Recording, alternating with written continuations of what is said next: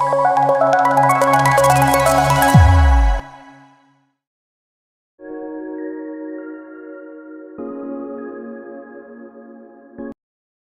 thank you. Okay, so today's session is about the handling the notifications upon success or failure of extract process. So basically, let's go through the agenda of the today's meeting. So first we will see the basic introduction of HCM extract. Okay, after that we will see that why do we need to send success or failure notification.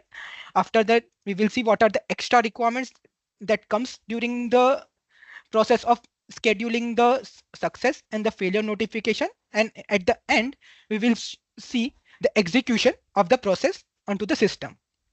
Okay, so then let's start. So first we will see the basic introduction that where the HCM extract is used mostly and what is the benefits of using it. Okay, so extract is a data extraction tool through which we can retrieve bulk data from Oracle HCM cloud and generate reports from it. Okay, extract is the best tool available for developing outbound integrations from Oracle HCM cloud. So it's a data extraction tool. Basically, it's a like a BIP report tool through which we can extract the data. But while we are retrieving a bulk data, it is more feasible and it's a better tool to extract the data than BIP. Okay, there are two types of extract. One is the full file, which gives the full dump of data based on the filters applied onto the extract. And then next is the changes only. The changes only is the functionality of extract in which it only gives the output from the changes which are done from the previous run. Okay, now what output files are capable by HCM extract, that we'll see. So extract has built-in integration with Oracle BI Publisher.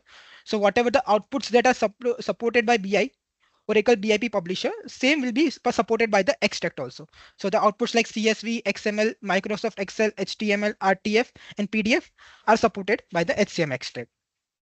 So extract provides functionality to send output to delivery methods like email, FTP, and web content server. Web content server is a Oracle's own server where it stores its data, like the documents and whatever the data which we upload is basically stored on the web content server. Okay.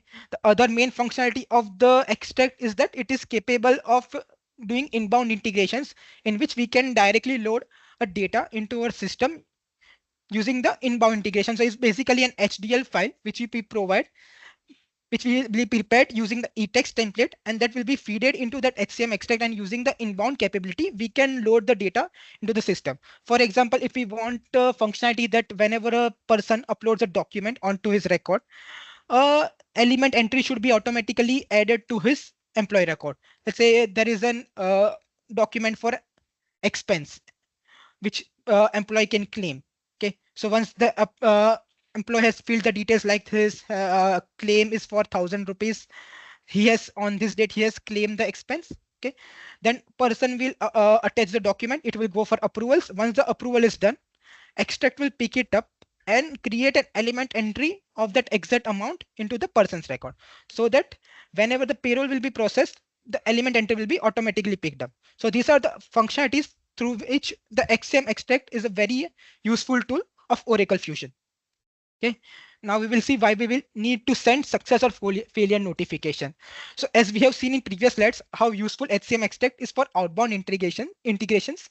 While using it live, there are chances of failure due to some unexpected errors. For example, what are the unexpected errors are that? Let's say error can occur due to change in data structure, like number is expected and field contains character. Let's say we have applied a summation on a field on document of record, which is configured as the character, but in that the amount is fitted.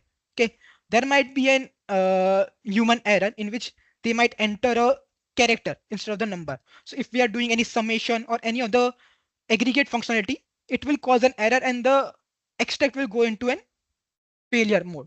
Okay, so in that scenarios, those are the unexpected errors. What is the other main error? That is that while we are sending data to SFTP server, which is the most used method for HCM extract, there are high chances of error due to change in SFTP configurations like user account, passwords, and folder path. So basically, when we are creating extract, we do the testing over the test instance or the development instance. Wherever we configure the SFTP, that is the test SFTP, which has the test user account and the test folder path. Okay. while testing it, we do the successful testing with while we are moving it to production. Okay, all the setups which is there, the user accounts will be changed to the production, passwords will be also be changed, and the folder path will be also be changed. So if there is any small change also, let's say in the folder path, instead of a capital P, there is a small p, then also the SFTP will not accept that. Okay, so in the future, someone changes the folder structure. Okay, the extract will fail, and if there is any failure, we will not able to catch it, because if there is no notification which has been sent when the extract has gone into a failure. Okay, so if we don't have an error handling mechanism, there are high chances of getting the crucial error getting unnoticed. Okay, and if there is any payroll system which has been if we have a third party payroll configured in which we are sending the data for using extract to the third party vendor. Okay, in those case, if there is any miss, that's an in this case the payment might be delayed for the employees. So if they don't have a method to inform the stakeholder in case of error, the important data might not be transferred and there might be severe consequences. Okay, so let's move on to the requirements. What are the other requirements which have come up with this notification method? Okay. So to send success and failure notification to different emails. So sometimes there is a requirement that they want the success email on a specific email address and a failure notification on a different email address. Why do they need it? Let's see. Client have a requirement to send success and error notifications to different emails. As in case of success, they want to trigger to email to the generic email address for integration. For email, they need to trigger it to a ticket handling system email address like ServiceNow or Jira. So whenever an email is being sent to that email address, what the system will do, it automatically pick up the detail from the email body and it creates a ticket from it. Okay, so in that scenario, they want a requirement that the two different emails should be sent for success and failure. Now there is another requirement is that send success notification only when the output file is not blank. So there is whenever an extract is been produced successfully generated, okay, there might be a cases in which the file might be blank because there might be no, if we have created a changes only file, there might be not any changes in the previous from the previous run. So as some changes only extracts are scheduled to run on smaller durations like every 15 or 10 minutes, client don't want to be get bombarded with the success emails even when the output file is with no records, because that doesn't make any sense. They only want to see this if there is any record picked up into the extract, then only the notification should be sent so that they can check if the record has been successfully transferred or not. Okay, after that, what are the other requirements? That the email should be on ad hoc basis, means whenever the extract is run, automatically the email process should be running and sending the email. There should be not any other extra process which needs to be run with it so that the email should be triggered, because there might be a chances if we run an extra process, we might forget to run the extra process and the email might not be triggered. So it should be a dynamic. So automatically when the extract is run, automatically the email should also be sent. The other is that do not send repetitive error emails. So as we have discussed previously for that success, that they don't want to get bombarded for the success email.